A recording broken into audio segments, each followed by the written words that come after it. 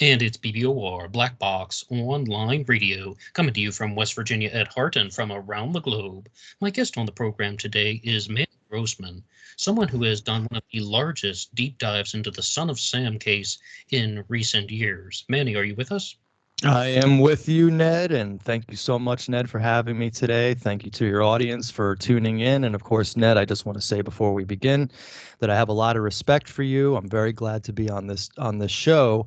It's been a long time coming. I know that we've been lurking on each other's channels for years now, but I just want to say that the reason why I think that you're a real good guy is because in the beginning, when a lot of false rumors were being bandied about me, you were the only researcher to come out publicly and say that you didn't see any evidence of the accusations that were being made against me. And I always held that in my heart, and I appreciated it. So I'm very glad to be here.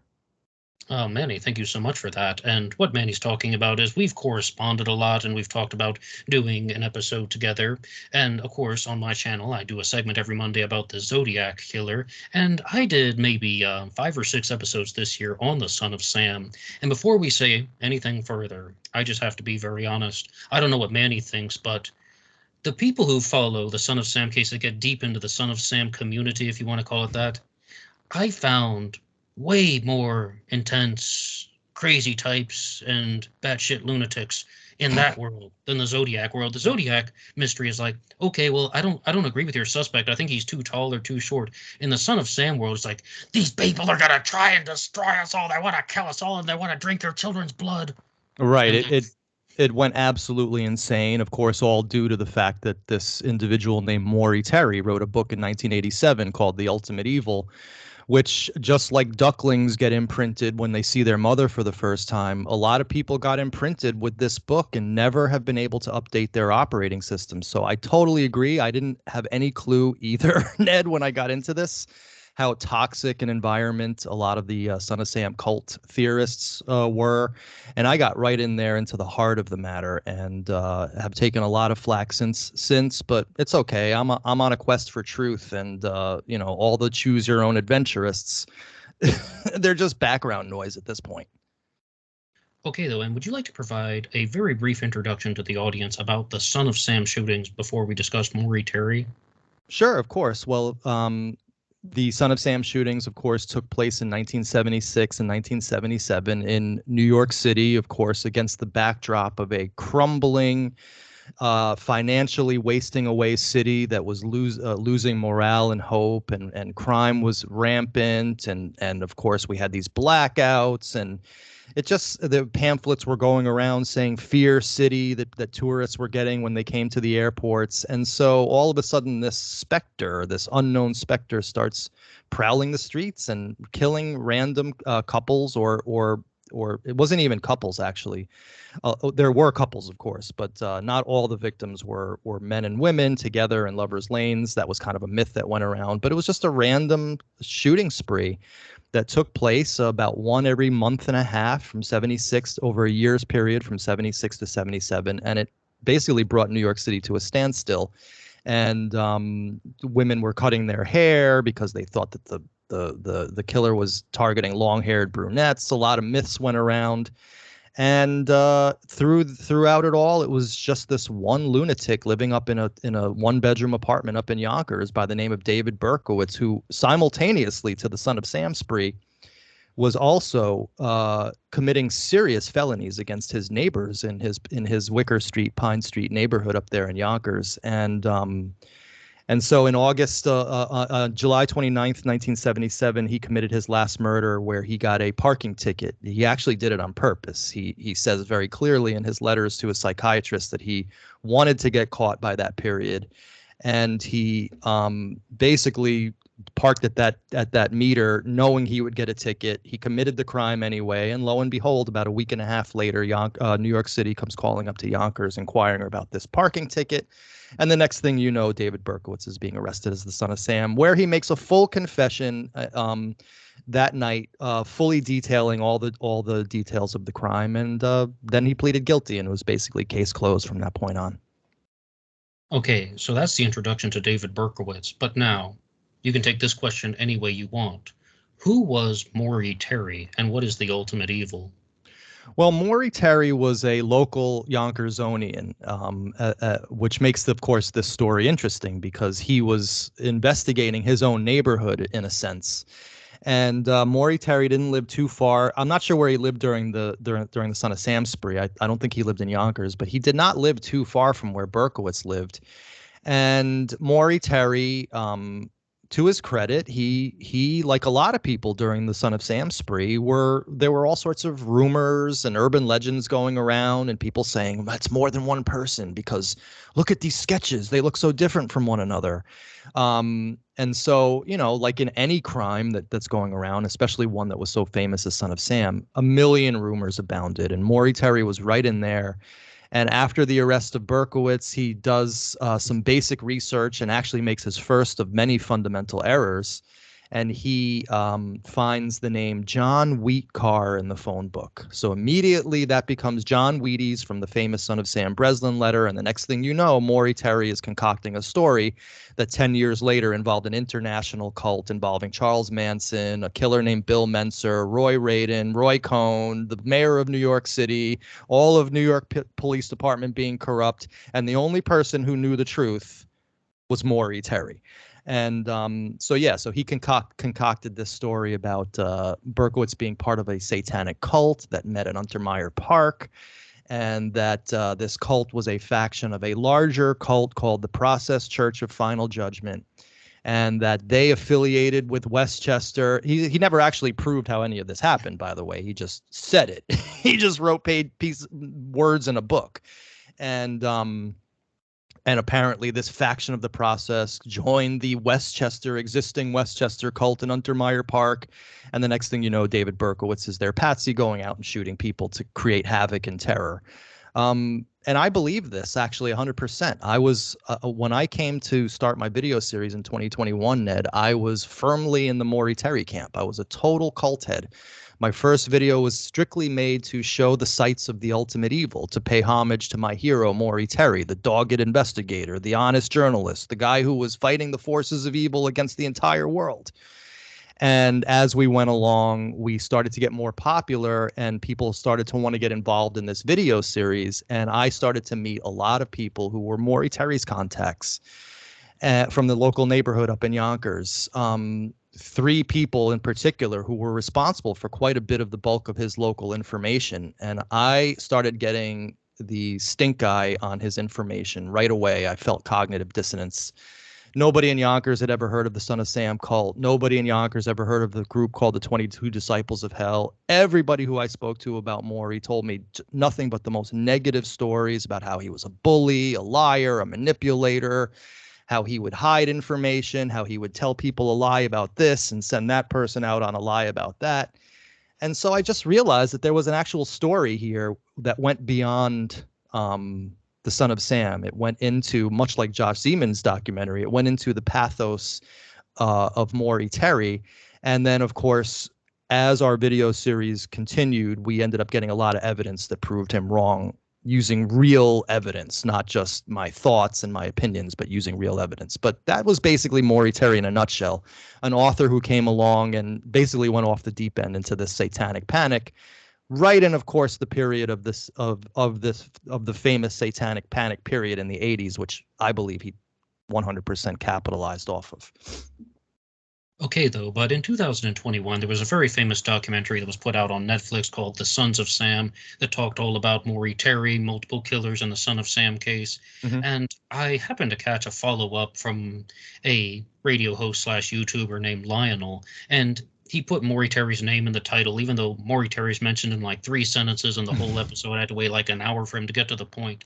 And what he said was, in the Sons of Sam documentary, they talked about how Maury Terry liked to get drunk at the bar and talk to people about the case. Mm-hmm. And Lionel was one of these individuals that Maury Terry was talking to.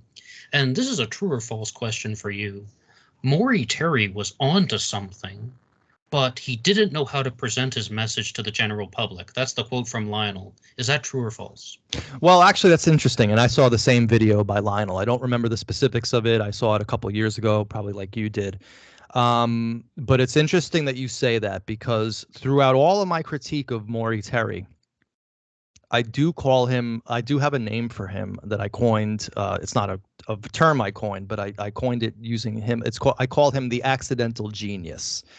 And what I mean by that, Ned, is that in studying and researching and investigating, such as he did, the Son of Sam crimes, Maury Terry inadvertently, and in my opinion, quite accidentally, stumbled onto other criminal networks that were quite interesting. He stumbled onto a child trafficking ring that was happening from 42nd Street up a pipeline up to Van Cortlandt Park and Untermeyer Park. I 100% believe that happened. There was a pimp who went by the name of Ace Brown, who lived in Yonkers and who, by all accounts, was a trafficker of children and would bring them up to Untermeyer Park. He uncovered a potential drug pipeline from New York City to North Dakota that I believe John Carr was involved with. But the problem with Maury Terry, and this goes back to Lionel's critique of him, he absolutely didn't know how to present it because he lumped it all into and tried to force all of these disparate crimes and criminal networks into this Son of Sam mold that he was putting together.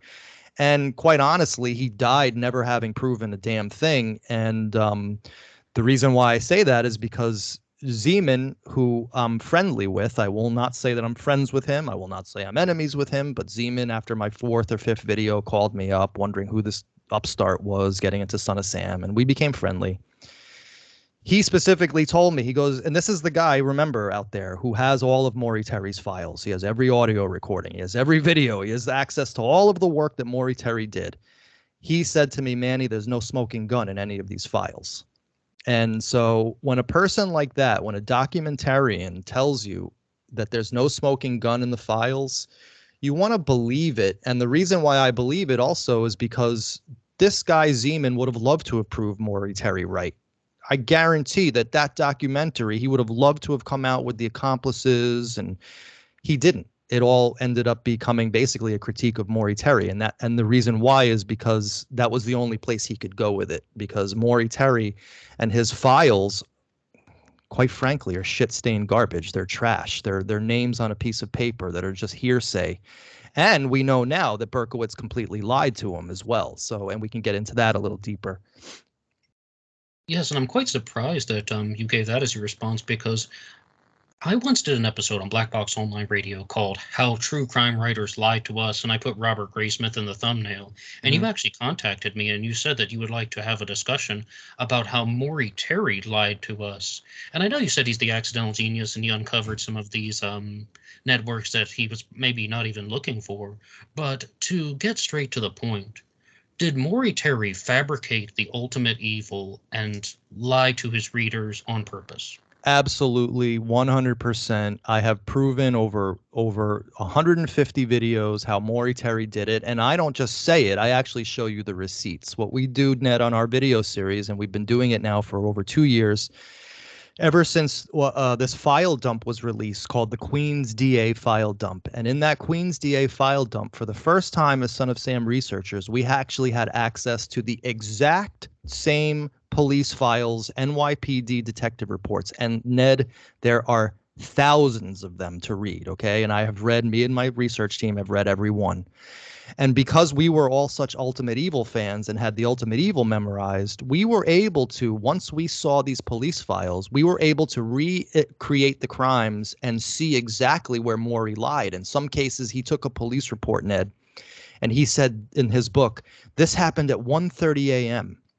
Where the police report says this happened at 9:30 p.m. Now, he was trying to prove that the shooter was there. This was in the Brooklyn scene, and the Brooklyn shooting happened at 2 a.m. So he was trying to manipulate us into thinking that this suspicious character was seen just a half an hour lurking in the bushes behind Stacy Moskowitz. The reality is, if you go to that police report, it took place at 9:30.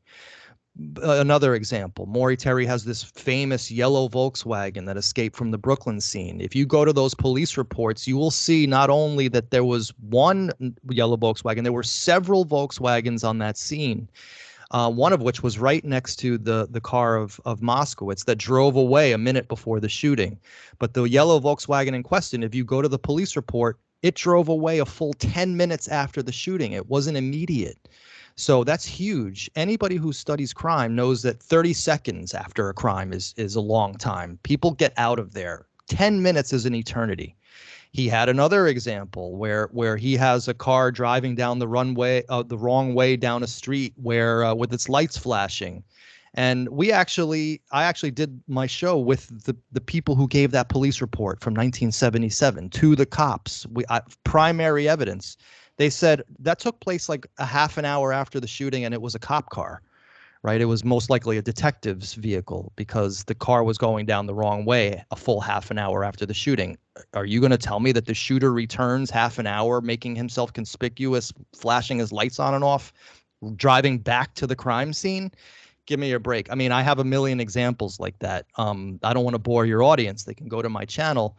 And what we do is we show the receipts. We show you Maury's words and we show you the police reports that he used to craft his narrative.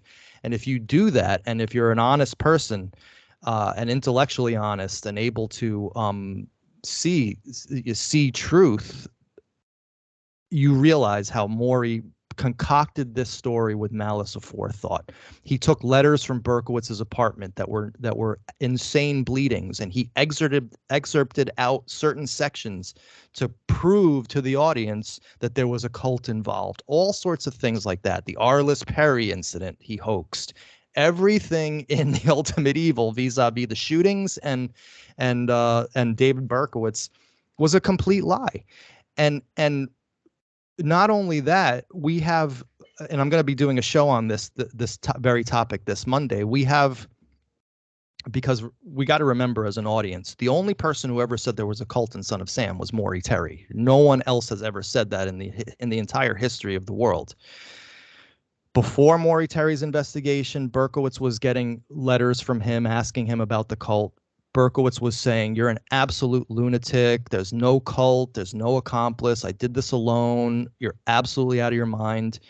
Recently, in 2023, Berkowitz has given an interview to Mike Caparelli, PhD, in a new book called Monster Mirror, where Mike Caparelli specifically asks him about the cult question, and Berkowitz says straight up, I lied. I did the whole thing myself. I lied to Maury Terry in the 90s, and I know why he lied to Maury Terry. He says in this book that he felt intense pressure. I know why. I know why because I have the actual receipts. Maury Terry was buying David Berkowitz, prison commissary. He was helping financially David Berkowitz. Maury Terry was buying his story from David Berkowitz. Plain and simple. People might want to get angry about me on that, but I can prove it in 3 seconds. Wow, so many things to respond to right there, but you must have some idea about this. And if you have to speculate and hypothesize, sure. Mm-hmm. But what is the point of doing this if you're Maury Terry, to blatantly lie, not just make mistakes or errors in his research, but as you said, if he has blatantly lied so much in his book, what would be the point of writing this true crime book? Is it for profit? Is it for fame, manipulation? Why? Well, the true answer to that, the only true answer I could give you, Ned, is I don't know. I'm not Maury Terry. I wasn't in his heart. I don't know what was in his head and nor his motivations. All I can do is recreate his investigation using the same material that he used, and come to the conclusion that he lied with malice aforethought. Having said that, speaking to people who knew him, the guy was a bloated, complete egomaniac who thought that he alone knew all the answers to the world's problems vis-a-vis satanic cults and Son of Sam, and that he was holding on to some ultimate truth, even though he knew he was lying. He had to. It's complex, and the answer is I have no clue. It probably had to do with fame and money and wanting to become part of this whole journalistic establishment that consisted of, people like Jimmy Breslin at the time, Geraldo Rivera, and all this kind of stuff. But I couldn't say. The only thing I can speak to is what I know for sure, because I've done the actual research using the only evidence that matters, the primary sources and the detective reports. Maury Terry lied completely with malice aforethought, because I have seen the papers he used to craft his book, and if you actually study them, they're completely contradictory to what Maury Terry says. And people can hear more about this on Manny Grossman's channel, and you can also hit the like button and subscribe for Black Box Online Radio. And feel free to go through some of the links in the description box, and one of them is for BuyMeACoffee.com. BuyMeACoffee.com allows you to make a donation or contribution to help support the show, and anybody who supports the show will get a shout-out on Zodiac Monday. But Manny, you have shared numerous videos over the last 2 years, whether it's the true crime walk-in talks or just recording in the studio. Yet, when I released Son of Sam videos this year, countless times in the comments section, people are just saying, now wait a second, I think Maury Terry's onto something. I think there were multiple killers. What is it that people just don't comprehend, or that they aren't able to accept about the narrative that there was a lone killer in the Son of Sam case? Well, it just really all goes back to our own personal biases. I can speak to this with authority because at one point in my life, and it wasn't that long ago, I was a complete cult theorist and Son of Sam. I would tell everybody in the neighborhood that Berkowitz was acting with others. It was John Carr and Michael Carr and Wheat Carr and the Process Church of Final Judgment meeting in Untermeyer Park. I would write letters to my local editors saying, "You're shirking your journalistic duties. You have to investigate this." And I was laughed out of every room that I entered, and it hurt me very much socially. But it's still, I knew the truth. The world is really run by Satanist pedophiles who control every aspect of our lives. And hey, that might be true in some regards. They didn't control the 300 detectives on the Omega Task Force in the NYPD, and they certainly didn't control Berkowitz when he was writing to his psychiatrist after his arrest about 1,000 pages of exactly why he did it and how he did it. And so what I think it basically boils down to is people have chosen their camps. They're imprinted with a certain knowledge that they think is the absolute truth over all else. And they're not going to be convinced otherwise. Evidence be damned. I don't see how anyone could look at simple evidence that I present. And again, all I'm doing is showing Maury's words and then the police files that he got his words from, and we're showing how there's serious problems between the two. It's not very hard to comprehend, but people can't seem to comprehend it. We're at the point now in the Son of Sam community where it's choose your own adventure time. I read a post yesterday about how David Berkowitz got a cochlear implant in his ears that was really the dog barking. It wasn't really Harvey. It was a cochlear implant that he got in MK Ultra. Not even Maury Terry went this far. So these people now are choosing their own adventure and then going down I don't know if you remember those books. I don't know how old you are, Ned, but in the old days we used to have choose your own adventure books. You could get, right. That's what's literally going on right now in Son of Sam. And what's crazy is there's 2 years of work that all these people are ignoring that actually uses the real evidence, the police files, primary sources. I've spoken to all of Berkowitz's childhood friends. I've had many meetings with law enforcement. I have seen dossiers where they investigated so-called members of the cult and they came up completely clean. Chief Borelli of NYPD himself told me that they went out to investigate John Carr immediately after the arrest. They were suspecting John Carr because of the Carr name in the John Wheaties moniker and the Breslin letter. They found absolutely nothing. And of course, all that is borne out 2 years later when Maury Terry, because of his articles in the Westchester newspaper, put pressure on the Queens DA to investigate. They investigated fully. The Queens DA data dump that came out is the entire investigation into Maury Terry's claims.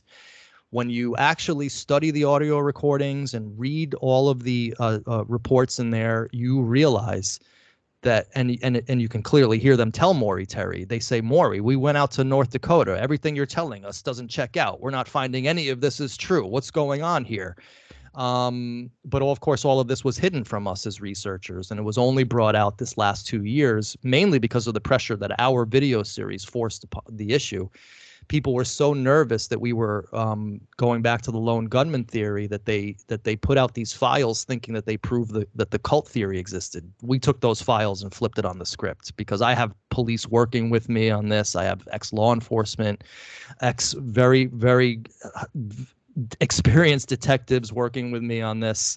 And we study these police reports down to the fine tooth comb. No one's doing this type of work. And I forgot your original question already, but yeah, the point is it's imprinting of the ultimate evil on these people. They're incapable of updating their operating systems because they believe in their hearts that the world really does work, where Roy Cohn is burying 3 kids on his farm in Connecticut, while the Nobel Prize winner Daniel Carton Gajusek is hanging out with David Berkowitz in Untermeyer Park, and they're all planning mass murder together. I mean, if that's the world people want to live in, that's fine with me. There's nothing I can do to convince them, but I choose to live in a much more sane world. And again, I was a cult theorist. I was the most lunatic one out there at some point in my life. Yes, and the question was, why are some people very reluctant to accept the lone gunman theory? But Yeah. you did briefly mention Harvey the dog. And if you look at Maury Terry's copy of The Ultimate Evil, a copy of his book, you'll see a dog as well. Would you like to just provide a very small nutshell version, just in case someone is not familiar with the Son of Sam case? Who or what was Harvey the dog? Harvey the dog belonged to a family called the Carr family that consisted of Sam Carr, the patriarch, Francis Carr, the matriarch, and the 3 children, Wheat Carr, John Carr, and Michael Carr. The Carr family lived on 316 Warburton Avenue, which was very clearly visible from Berkowitz's window at 35 Pine Street, which his window looked down upon their house. If I have tons of drone footage of all these neighborhoods on my video series, we can see it clearly. I have a lot of on-the-ground footage of the Carr household.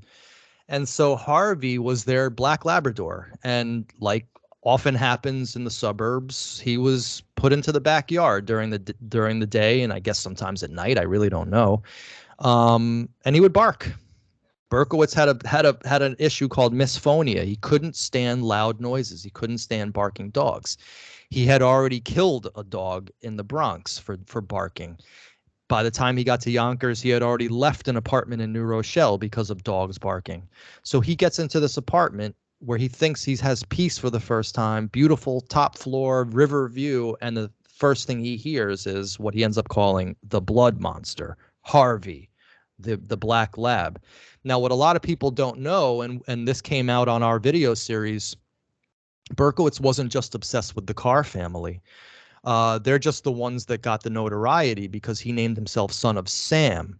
But he was equally, if not more, obsessed with a family on Wicker Street called the Netto family, who lived at 18 Wicker Street. They, too, had a barking German Shepherd. Their dog was shot by David Berkowitz. They were firebombed by David Berkowitz. He would write letters to them about raping the souls in the attic and bringing them to the basement, and the demons are raping this and the demons are raping that, all sorts of very sick stuff. He would call them about their barking dog to complain, for instance. But the only reason why it's not called, it could have easily been called Son of Joaquin after Joaquin Netto, but he chose to focus on Sam for some reason. And I always say it's funny, like if it wasn't for David Berkowitz, nobody would have ever heard of the Carr family, right? They would have passed in obscurity. No one would have known them. But what's funny is, again, and it's this whole choose your own adventure. Now in the Son of Sam community, because someone found a newspaper article where Francis Carr had an answering service, now all of a sudden the Carr family is intelligence agents who were running an intelligence operation out of their house on 316 Warburton Avenue with absolutely no proof. These people just say it. And that's why I say, like, the old paradigm is to study newspaper articles and read books to each other. That's how people conducted these investigations before we came along. And I think that we have shown a new way, which is in these historical cases, whether it's Son of Sam, Zodiac, which I don't even want to I'm not even putting my toe into Zodiac. You just got to look at the primary sources, the police reports, the eyewitness reports, the real evidence that can be used in a court of law. Everything else is conjecture, hearsay, and third-hand information. And if you don't have primary evidence, you have a dead story. It's time to move on in life. Right, but you did mention one place very briefly, and that was the state of North Dakota. Mm-hmm. What exactly is the Son of Sam connection to the state of North Dakota? Well, there is no Son of Sam connection to the state of North Dakota. But having said that, Maury Terry invented one because he was working with a what we now know to be a mentally ill homicide detective by the name of Detective Henry Chinati. He makes Detective Chinati look like the most amazing, hardcore homicide detective in all of NYPD, if you read the book. I met Detective Chinati. I interviewed him. It's on my video series. The guy is mentally ill. He thinks he's the Pope. He actually had his gun taken away by NYPD. I thought it was in 1980, but it might have been in the 90s when he was fully retired, because he threatened to kill the Pope. He had a Pope's costume in his closet. He thought he was the Pope. This guy is mentally ill. He was always mentally ill.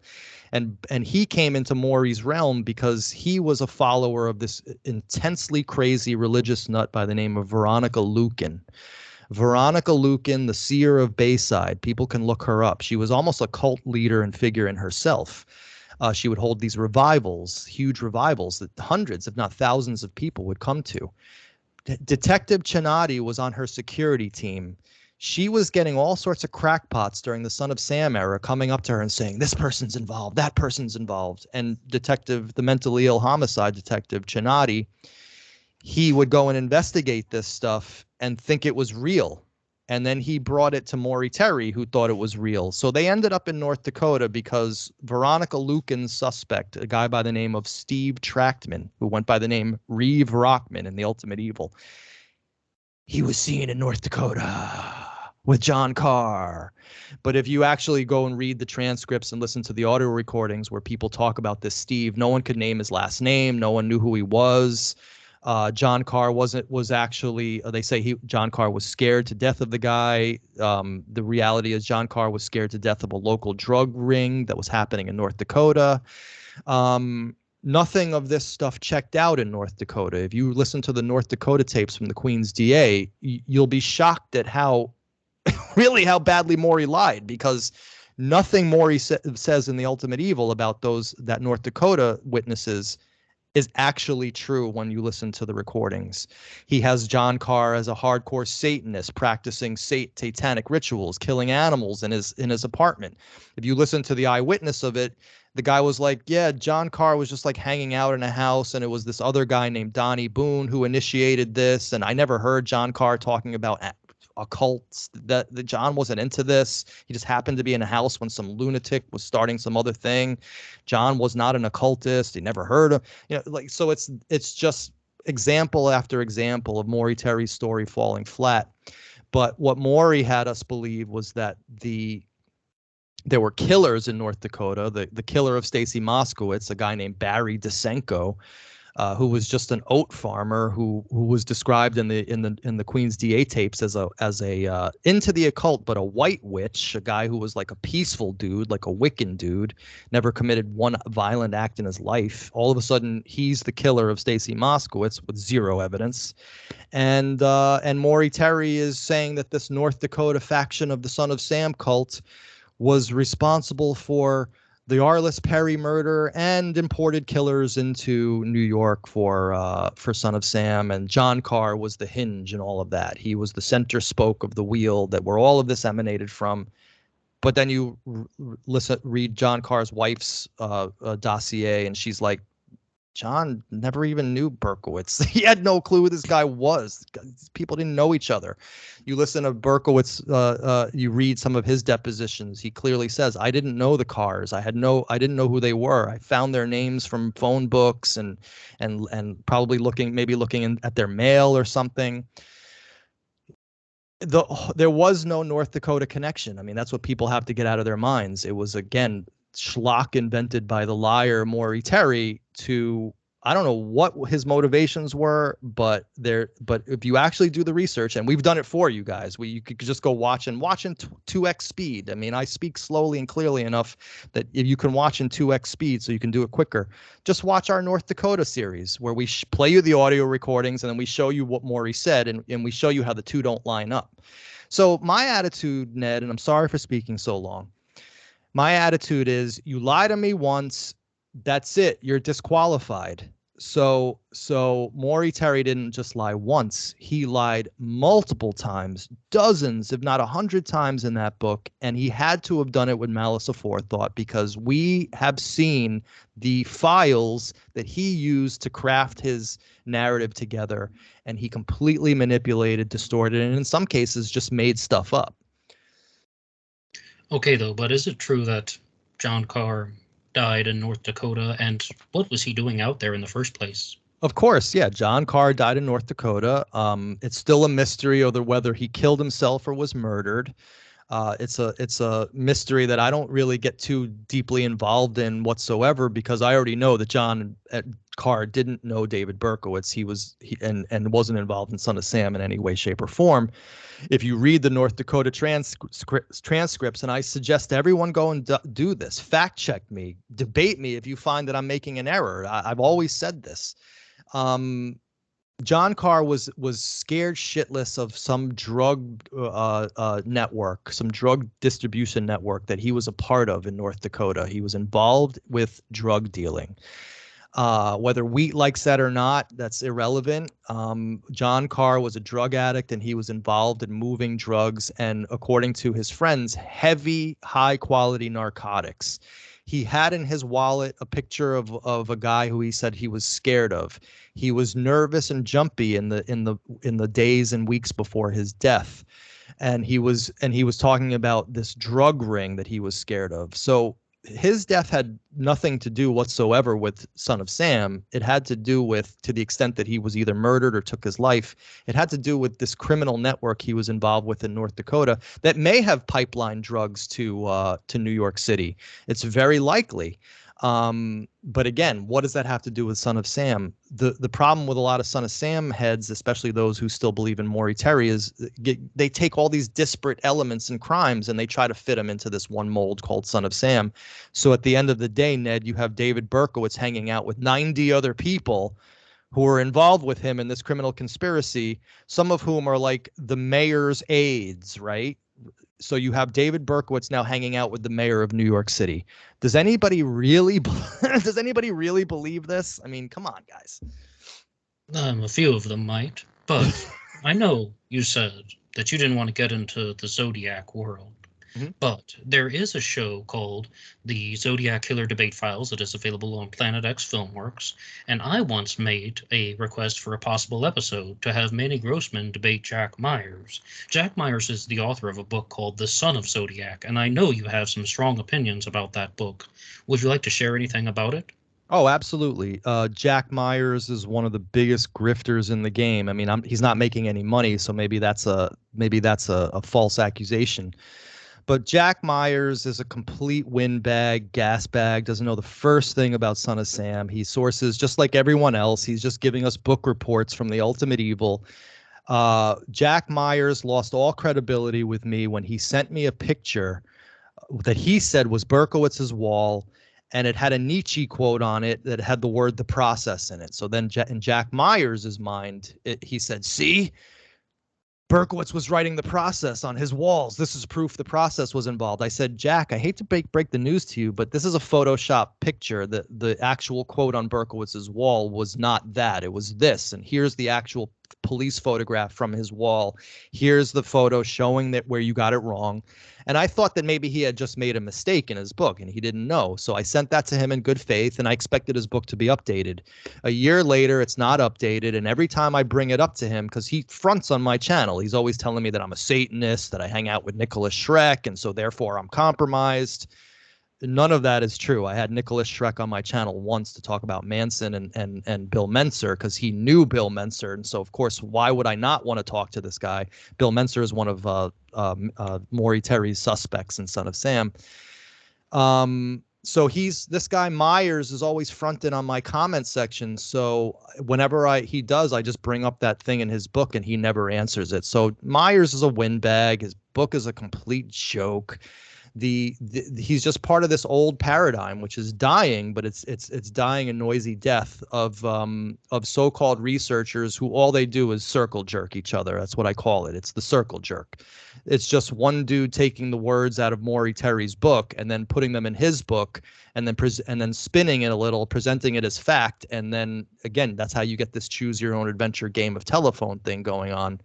If you use the words of a liar in your book, like Dave McGowan does in Program to Kill, well, then your book is a book of lies and it's completely disqualified. So that's how I feel about Jack Myers. I mean, personally, he's a nice guy. He's been on my show to call as a call-in guest, but his book is an absolute joke, and he doesn't know the first thing about Son of Sam.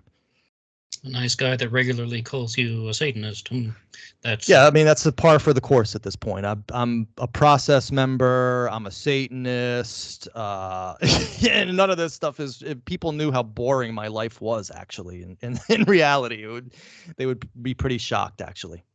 But I do have a follow-up for you about that, because do you have an exact source for this photoshopped image that included the word process on David Berkowitz's wall?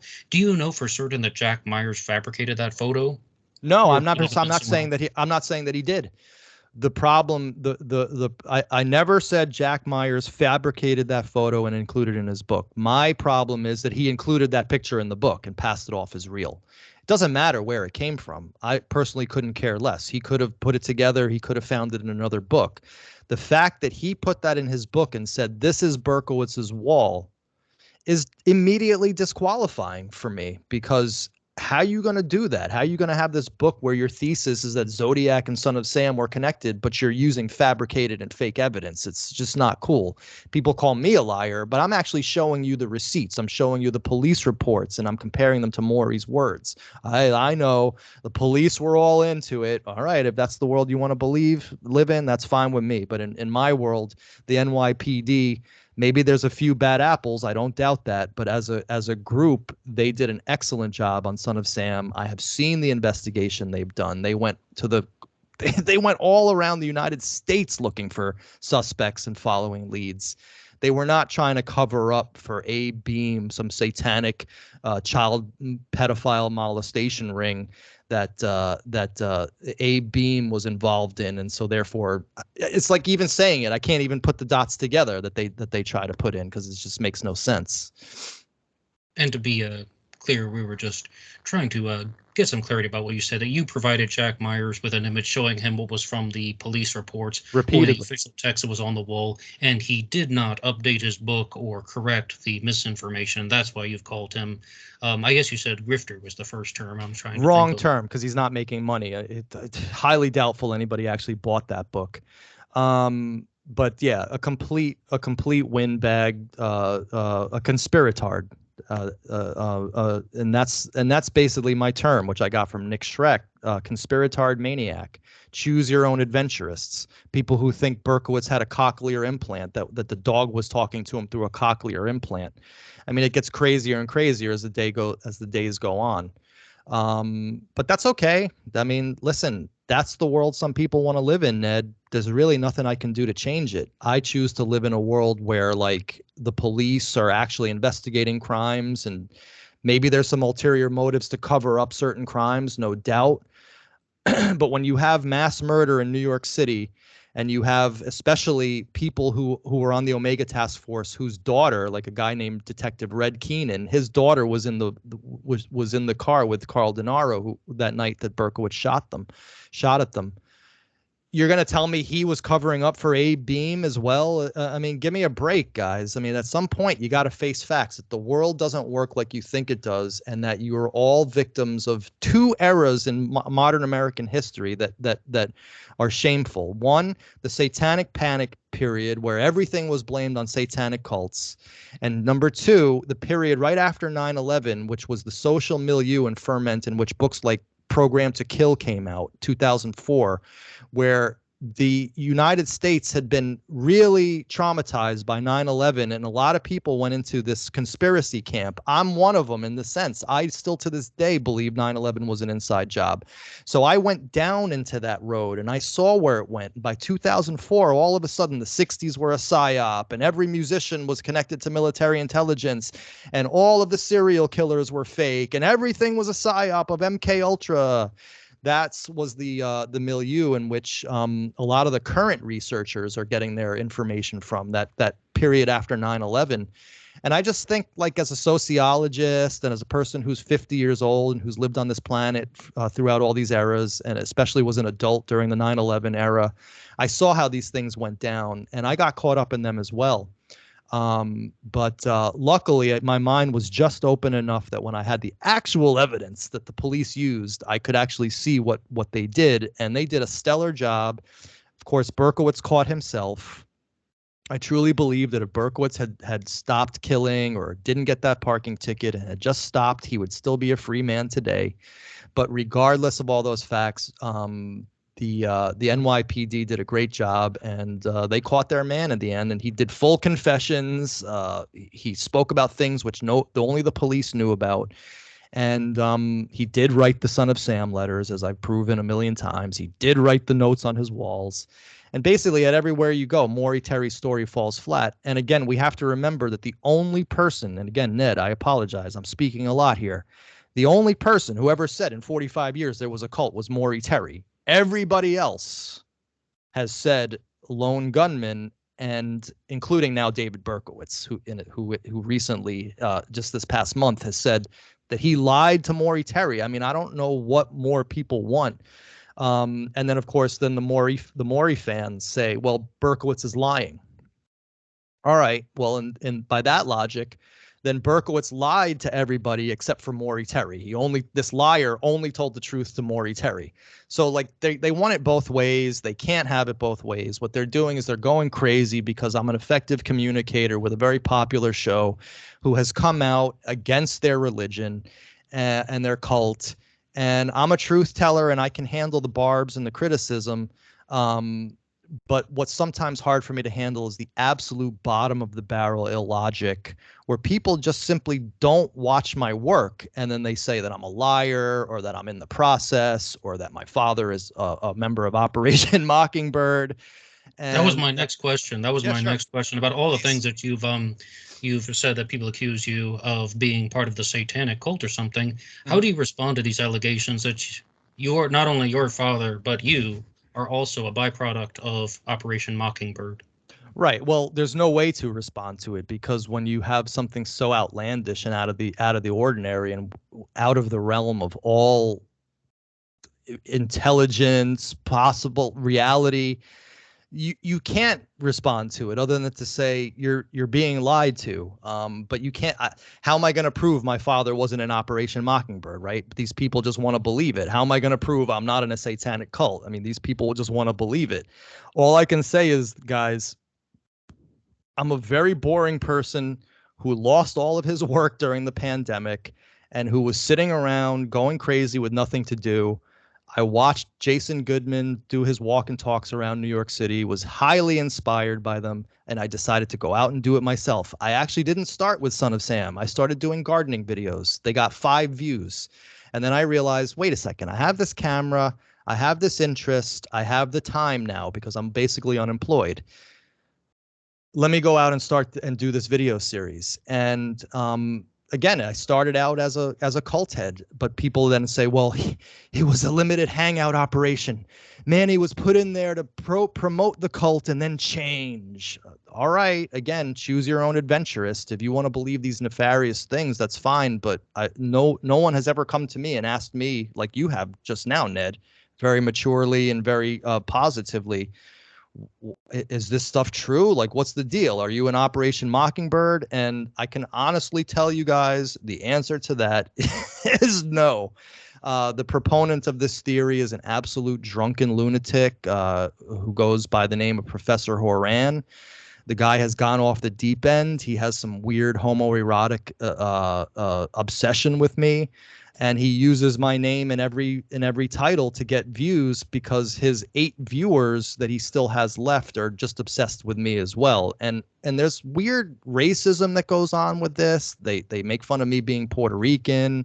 There's strange classism that happens because they make fun of me being a gardener, and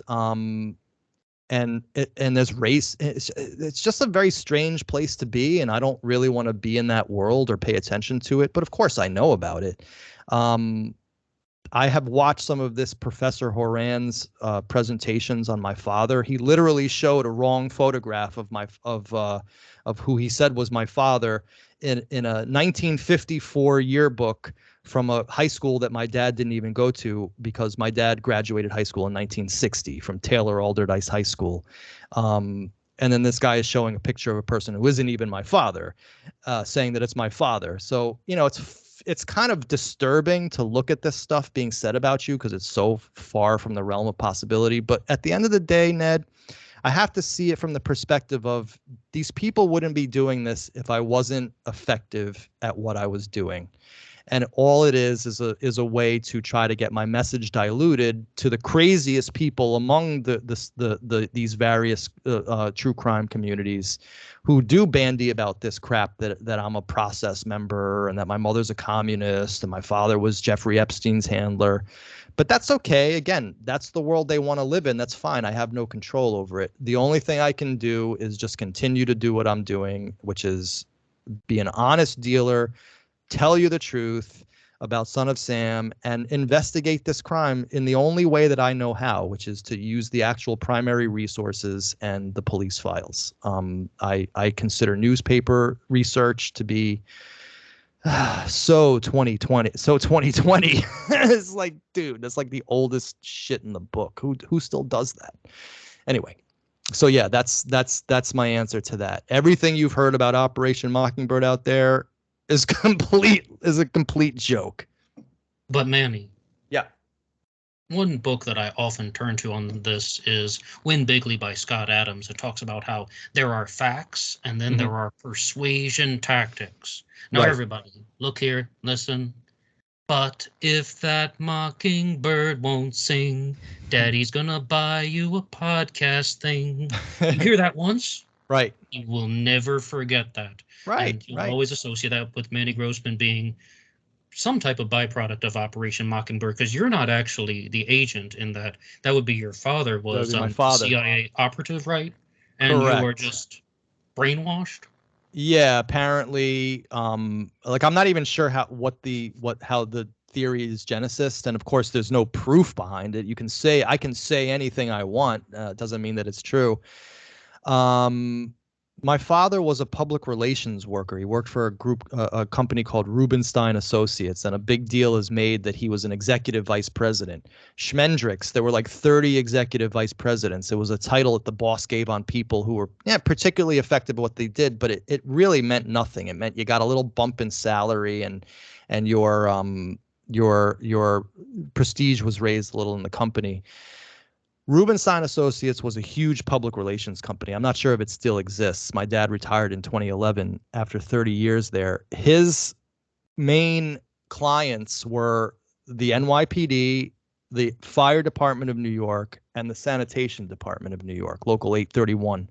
In one comment, I accidentally reversed. It's really DSNY, Department of Sanitation, New York. In one comment, I wrote SDNY, Sanitation Department of New York. But that actually is Southern District of New York. So this drunken fool, Horan, took that and said, see, Manny's father did public relations for the Southern District of New York. That's who got Epstein. I'm not even, again, I don't even know what these people are saying to each other because it doesn't make any sense. This guy said that my father's fluent in Spanish and lived in Puerto Rico to work for a CIA paper. My father doesn't know a lick of Spanish. He said that the ad that my dad answered to get the job at Rubenstein Associates said that you had to be a military intelligence and you had to know Spanish.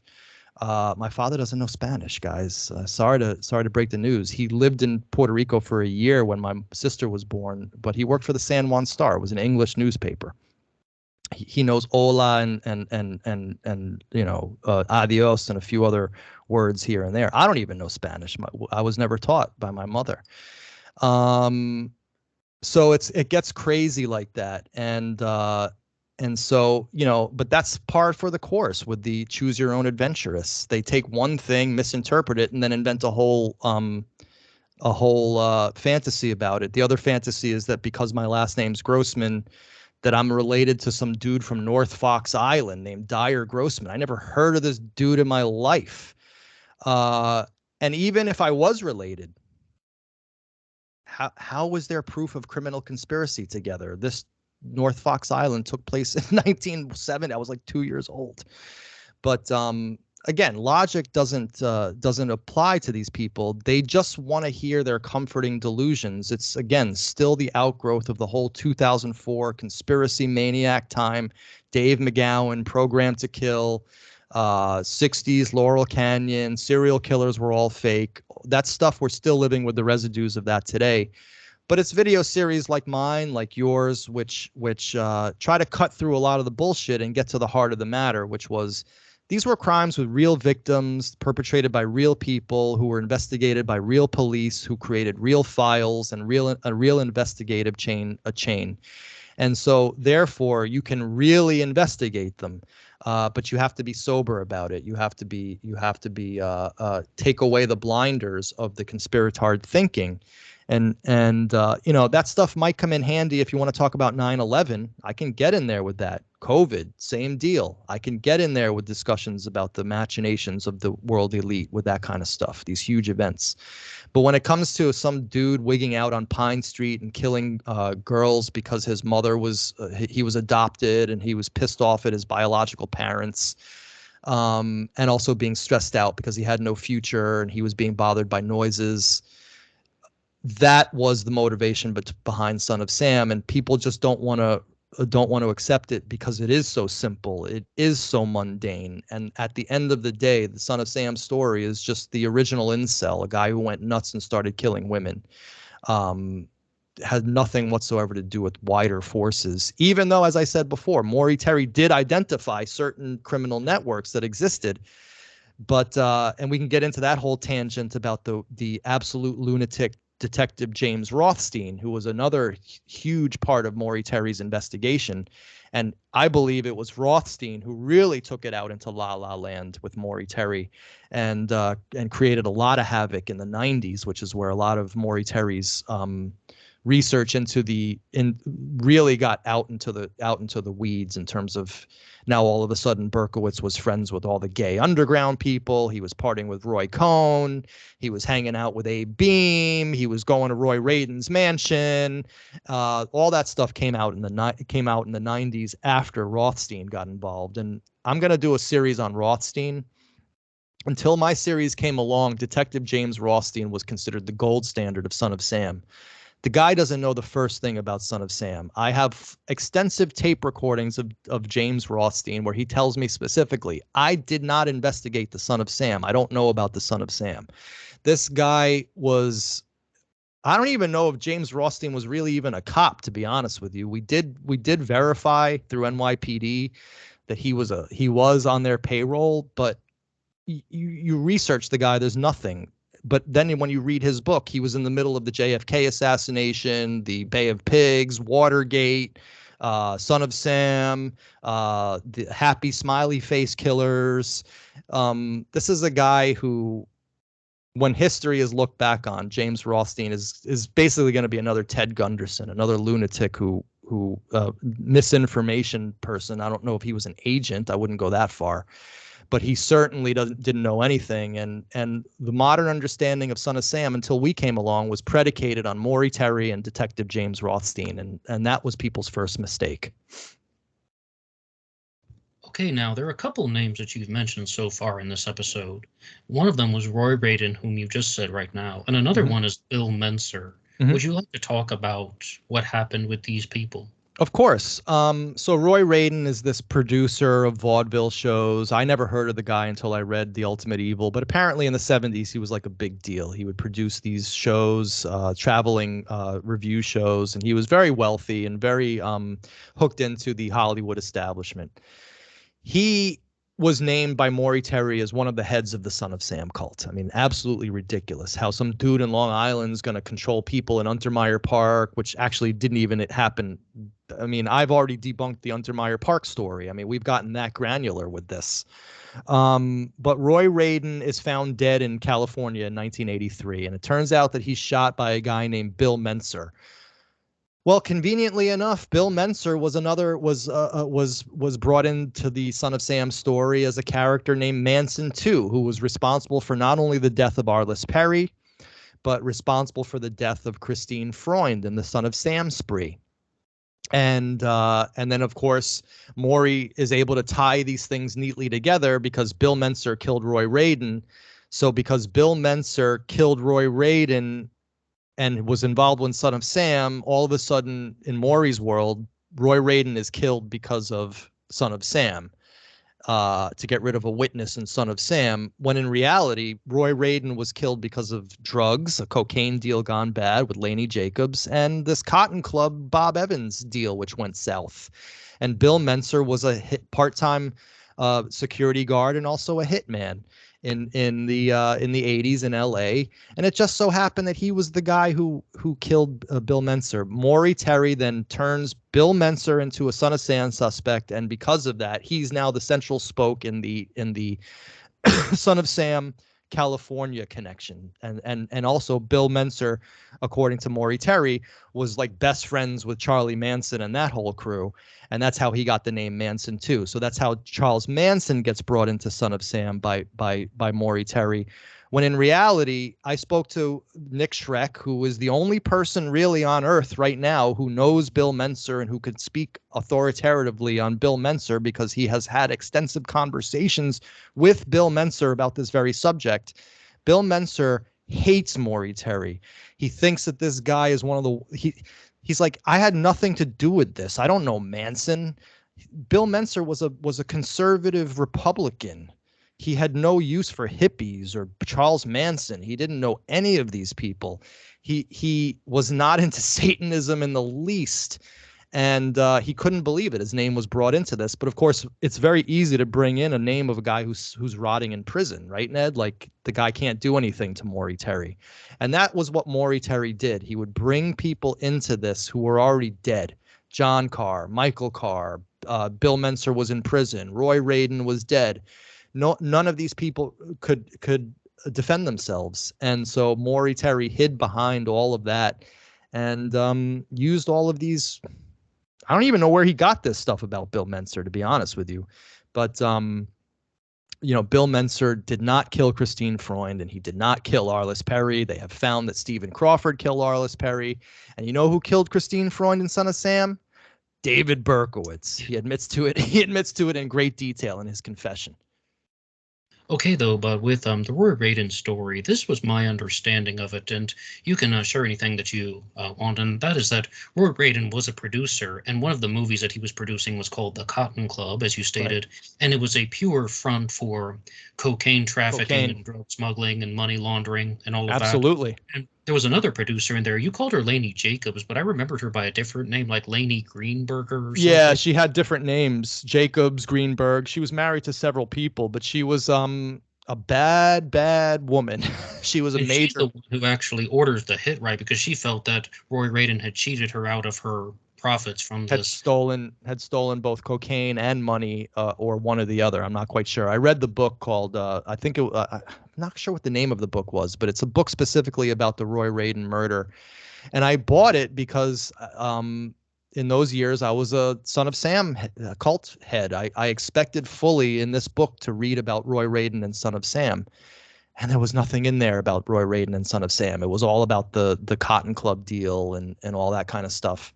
So yeah, that's another thing that Maury was proven wrong about. And it's not surprising, because if you go back to Maury Terry's notes, before he was blaming the process for Son of Sam, he was blaming two other cults. One was called The Way, and one was called the Cosmic Police. And then all of a sudden you get the process later on after I guess those ones didn't check out. Sorry, my dog is over here. Down, Maxie.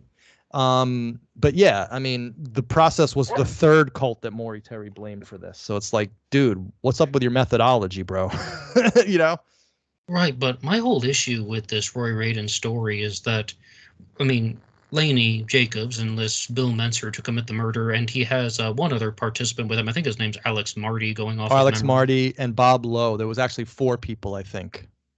Right, but my whole question is, yeah, why is that not enough for people who are in the conspiracy world? Hollywood's a front for the drug trade, a network of criminal killers that are just lurking in the shadows, all of these deals that are cut in secret, and right. people are making movies just to kind of sneak drug money under the table. Money laundering. Why isn't that enough to satisfy this type of conspiracy desire that people have? I mean, that's a pretty far out story in its own right. That's actually a great question. And the answer to that, in my opinion, again, goes back to imprinting. People were imprinted with Roy Radin was the head of the Son of Sam cult, according to Maury Terry. And just like ducklings get imprinted, the Mauristas and the morons get imprinted, MAURONS. And there's no getting out of it unless you're a fair dealer like I am. Like, I was always a true believer in the cult theory, but at the same time, I had skepticism about Maury Terry, because he writes in his book that Rush was a satanic rock band, a heavy metal band, and Rush is like my favorite band, and they're the farthest thing from satanic. So when I read that in The Ultimate Evil, it kind of like made me wonder, and that always stuck with me. And I think that that was the one crack I needed to be able to be not imprinted, not a duckling when it came to this story, which was why I was so open once I started getting new and contradictory information. You know, one of the things people don't ever realize is they don't ever study Maury's methodology. They don't realize who he spoke to. I spoke to many people that Maury Terry spoke to in the neighborhood to get his local information from about this so-called cult. Ned, some of them were junkies that were strung out. Some of them were like absolute bullshit artists. Some of them were like, I never told Maury this. He took this and manipulated it to this way. But the common thread throughout everyone was like, Maury, he wanted to hear these things, but there was like, we never heard of the 22 Disciples of Hell. We never heard of a Son of Sam cult. I mean, this is what the local people in Yonkers were telling me. Again, people whose names are on Maury Terry's files as local contacts where he was getting all his information from. These same people spoke to me in 2021 and said that that wasn't really the case, that Maury Terry did not get information from them that could have been used as any type of proof. And they themselves were wondering where the hell this Son of Sam cult ever existed, because they never heard of it, and they lived in the neighborhood too. Now, this question is going to be going in a different direction, more back toward David Berkowitz, and it relates to the story of Harvey the dog. And this is something that Berkowitz really doesn't even want to talk about now, because at first there's this idea that there's this demon that's living in the dog that's talking to him. It's not exactly Harvey's persona, like the name Harvey that was given to him by human beings, but there's this demon in the dog that's communicating to Berkowitz. And first Berkowitz tried to scale back by saying, okay, I didn't actually hear the dog's voice. Then he was saying, no, the dog wasn't communicating with me. And when you watch interviews now, he kind of just hunches over and he's like, I don't even want to talk about that. Yeah. What exactly do you think that was? Do you think he just made the whole thing up, or is there some deeper meaning to that? I don't think there's any deeper meaning, but this is actually still one of the enduring mysteries of the Son of Sam case, because he did blame the spree on this dog that was talking to him and ordering him to kill. Then he later came out and said that was just a false story to not only deflect responsibility because he felt so guilty about what he had done, but also to sort of feign an insanity defense. So I can believe that. I can actually believe Berkowitz was lying about the talking dog, but then you have in the Queens DA files, you have about 50 handwritten notes that they found in Berkowitz's apartment after the arrest, some of which are actually psychotically driven that talk about the dog. Harvey ordering me to kill for Sam Carr, blood for Sam Carr. Sam's is so it's like, all right, was he writing all these letters to feign insanity too, or was there really something going on with him and this dog? Me personally, I think that there was no talking dog, there was no demon in the dog, but I do believe in my heart, to the core of my being, that Berkowitz was driven absolutely crazy by the sound of barking dogs. And I know it doesn't make sense to people, and most people, 99.999% of us, would never do this, but it drove him to go out and kill, to relieve the pressure that he was feeling. It wasn't just pressure from that. He hated his life. He had no future. He had no girlfriend. His job sucked. So all of these things coming together, and I'm going to talk about this on our next live stream on Monday, created a boiling point where he just felt like he was never going to have peace and quiet in his life, and he just ended up using this as an excuse to go out and kill. Now, of course, there were already pre-existing psychopathy in there, total sociopathy. From a young age, he was an arsonist. He killed animals. He tortured animals and all that kind of stuff. He was very cruel to people.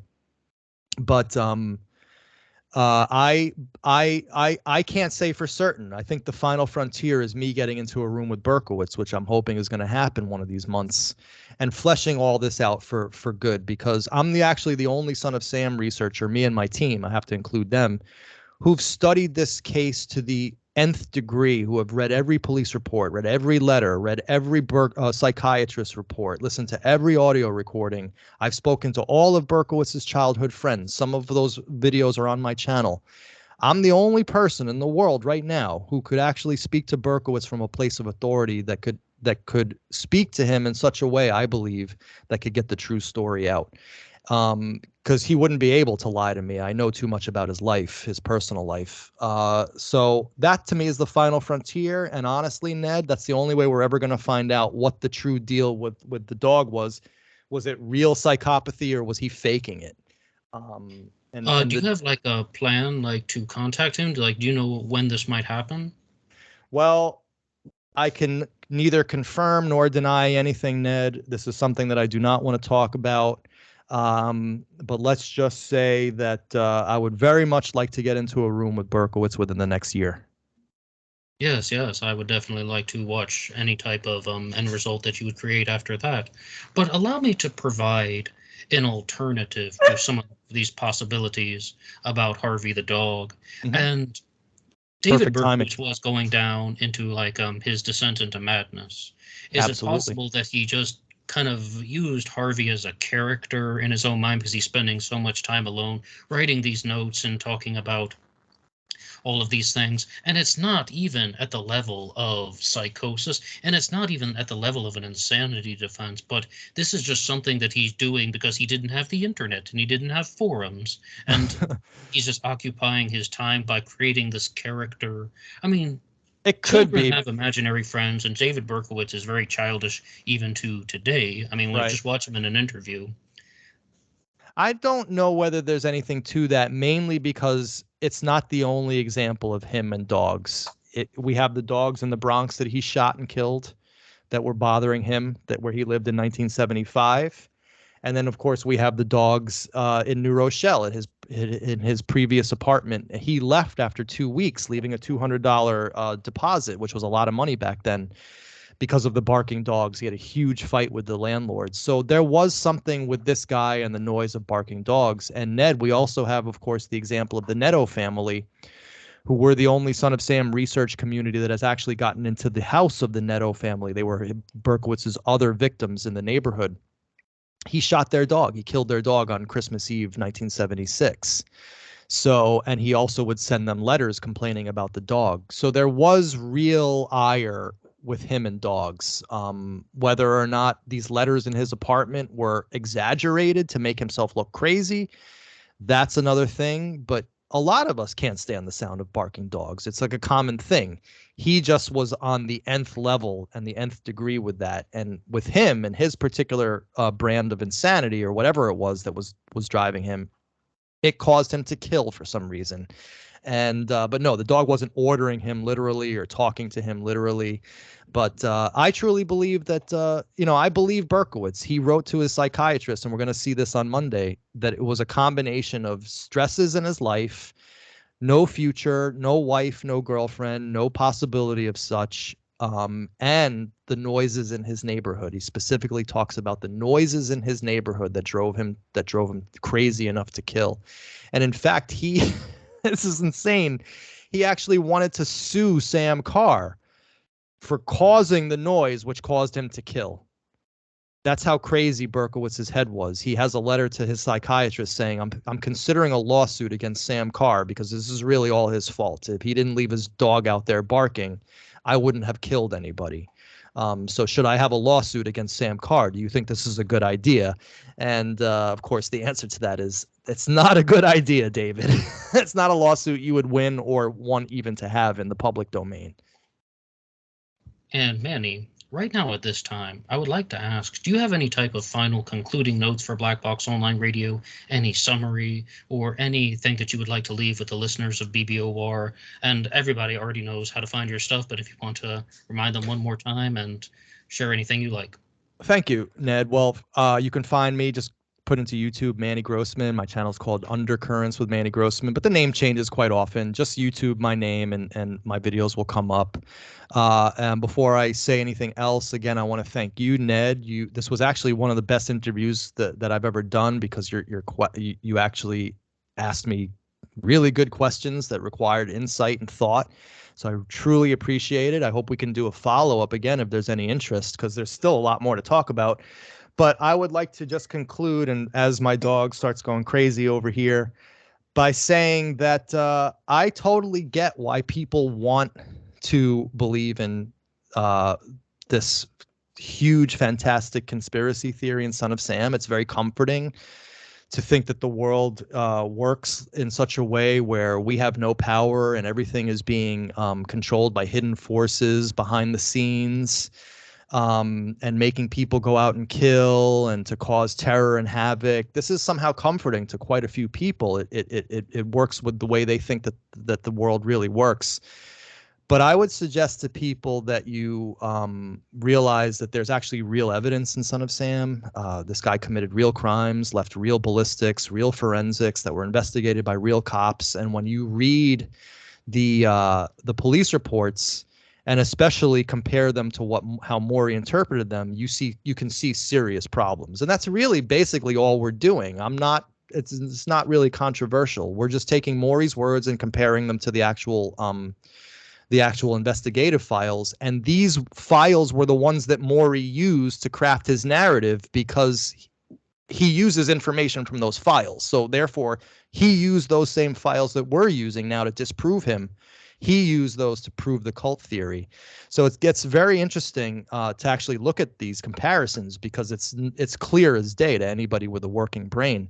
So I know it's comforting to people to want to believe that Roy Cohn buried 3 kids on his farm and that only you are aware of these truths in the world and that every police organization is corrupt and all of the government is there to destroy your power. But to me, this is a very disempowering way to think of the world. It takes all responsibility out of our hands, and it makes us pawns to wider forces. And me personally, I don't choose to live like that. I'm the master of my own destiny. I control things in my own life, and I'm perfectly capable of realizing truth when I see it.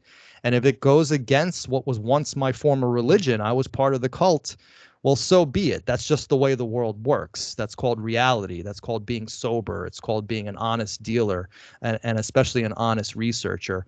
So I would just say to people who are skeptical, who might want to watch our stuff, is just give it a chance. Watch in 2x speed so it doesn't take much time. Watch a show from beginning to end. Actually listen to what I say, because I'm often hearing things regurgitated back to me as to like, oh, Manny, you said this. Or Manny, you did this or you did that, and nothing. And it's always this fantasy, like people are just like watching some other thing or they didn't watch my work. All I want is to be given a fair chance by watching the work, and then we can have a debate. But you know, people still want to make fun of that I'm a gardener, as if there's any shame in that, or that my dad is Operation Mockingbird.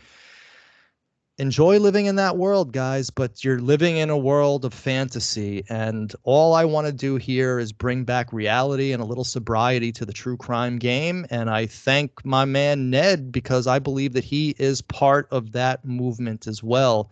And out of all of the people who I see doing work on true crime, especially these big historical cases, I have to say that Ned is the one that I respect the most. He is the most honest of them all, and quite frankly, one of the smartest people in the game. So Ned, I think that basically takes me to the end of this. So maybe we'll do a follow-up one day if there's any more questions that arise out of this interview, because I always have time for you, my friend. Manny, thank you for that send-off. Greatly appreciated. And everybody, Manny told you where you can find his stuff, and thanks again.